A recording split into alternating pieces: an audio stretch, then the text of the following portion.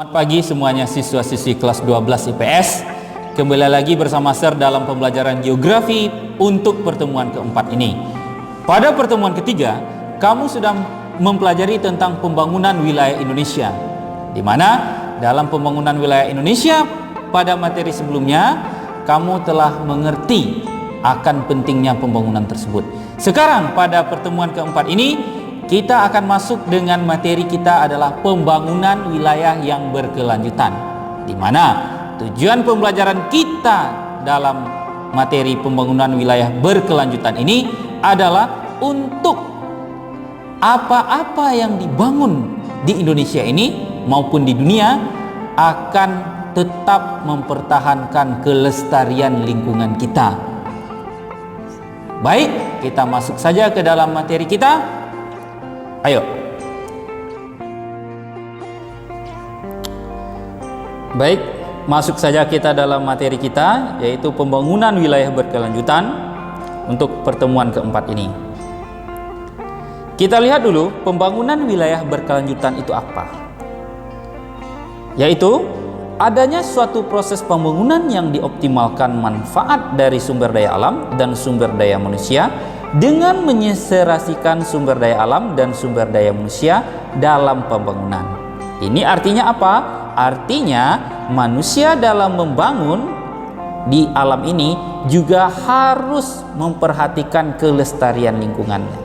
Jangan mengedepankan satu aspek saja seperti aspek ekonomi. Berikutnya, jika manusia tersebut telah melakukan pembangunan berkelanjutan ini, maka akan terjadilah lingkungan yang asri seperti gambar yang saya tampilkan. Jadi terlihat di gambar ini suasana alamnya sangat-sangat indah. Ini terlihat dari pembangunannya, wilayahnya bersih, airnya juga bersih. Berbeda dengan wilayah-wilayah sebagian besar di negara kita. Berikutnya, tujuan pembangunan berkelanjutan. Adapun tujuan pembangunan berkelanjutan ini ada 17, di mana saya akan tampilkan. Yang pertama adalah untuk mengurangi segala bentuk kemiskinan. Jadi orang beranggapan tujuannya hanya satu saja, kemiskinan. Sehingga apa? Sehingga orang mengutamakan ekonomi saja. Yang kedua, mengakhiri kelaparan dan mencapai ketahanan pangan. Selanjutnya, menjamin kesehatan yang baik, menjamin pendidikan, kesejahteraan gender, menjamin ketersediaan air bersih, ketersediaan energi, dan pertumbuhan ekonomi. Baik, kita lihat di gambar berikut. Ini penjelasannya bisa kamu lihat di bukunya halaman 29 sampai halaman 30. Untuk gambarnya, jika pembangunan berkelanjutan itu telah dilaksanakan, maka masalah-masalah kekeringan ini akan sulit terjadi. Kekeringan ini terjadi karena dalam pembelajaran kamu di kelas 11, artinya kekeringan terjadi. Salah satu faktornya adalah faktor hidrologis. Hidrologisnya itu artinya alamnya telah rusak. Nah, jika sebagian wilayah terjadi kering, maka sewaktu musim hujan banjir akan terjadi. Karena apa? Memang alamnya telah rusak. Maka kita harus meningkatkan pembangunan tersebut untuk meningkatkan pendidikan di suatu daerah, dan juga energi-energi di negara ini dapat termanfaatkan secara baik dan gampang didapatkan oleh penduduknya. Selanjutnya, tujuan pembangunan berkelanjutan ini, di mana tujuan pembangunan berkelanjutan kita lihat di sini. Yang pertama, dalam memenuhi kebutuhan hidupnya tetap menjaga stabilitas ekosistem alam.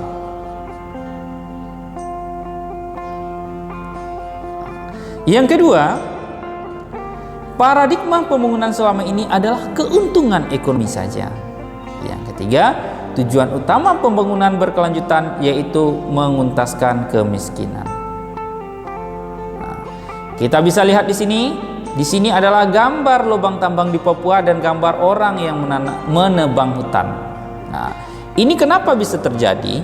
Ini karena pengawasan dari negara kita yang masih agak lemah seperti penebangan hutan secara liar ini, dan juga lubang tambang yang telah besar ini sebaiknya setelah kita tinggalkan atau setelah tidak dimanfaatkan lagi, kita harus hutankan kembali. Agar apa? Agar fungsi ekologis suatu daerah tersebut tidak hilang. Berikutnya, strategi pembangunan berkelanjutan ini. Yang pertama, pemerataan dan keadilan sosial. Mana strategi pembangunan yang berkelanjutan ini adalah untuk keadilan sosial. Ini sesuai dengan sila yang tertera dalam Pancasila kita, keadilan sosial.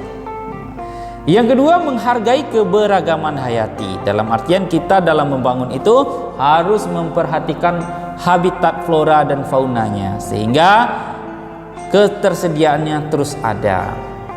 Yang ketiga, menggunakan pendekatan yang integratif. Dalam artian dalam manusia membangun alam itu kita harus juga memperhatikan dampak-dampak yang dia timbulkan. Yang keempat, pembangunan jangka panjang. Artinya pembangunan kita saat ini harus memperhatikan juga untuk di masa-masa yang akan datang. Seperti gambar ini adalah gambar gajah. Jika kita tidak melakukan pembangunan berkelanjutan, maka suatu saat mungkin 4 generasi di bawah kita atau 10 generasi di bawah kita tidak akan melihat lagi gajah yang ada hidup di alam liar. Begitupun juga kita tidak akan melihat lagi akan adanya penguin di kutub utara. Es ini sudah mencair, banyak pulau ini yang akan tenggelam. Dan juga harimau Sumatera yang kita bangga-banggakan hanya tertinggal nama saja. Implementasi pembangunan berkelanjutan di Indonesia. Kita lihat pembangunan berkelanjutan di Indonesia ini, Indonesia dalam membangun sebagian besar dia itu merusak alam dengan menebang pohon-pohon untuk membuka lahan baru. Dengan dia menebang pohon, membuka lahan baru, dia akan mendirikan perkebunan. Bisa perkebunan kelapa sawit, perkebunan karet, dan perkebunan yang lainnya. Sehingga apa?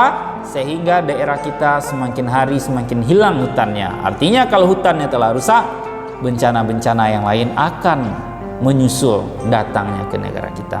Jadi dengan implementasi pembangunan berkelanjutan, kita harap hutan-hutan kita tetap kita jaga sampai saat ini. Dan juga jika kita telah berhasil mempertahankan lingkungan kita ini, maka akan terciptalah lingkungan yang asri, di mana pembangunan ini akan sejalan dengan masyarakatnya. Artinya lingkungan tetap asri, masyarakat bisa mendapatkan manfaat dari lingkungan tersebut. Ini bisa kamu lihat di bukunya halaman 32 sampai 34.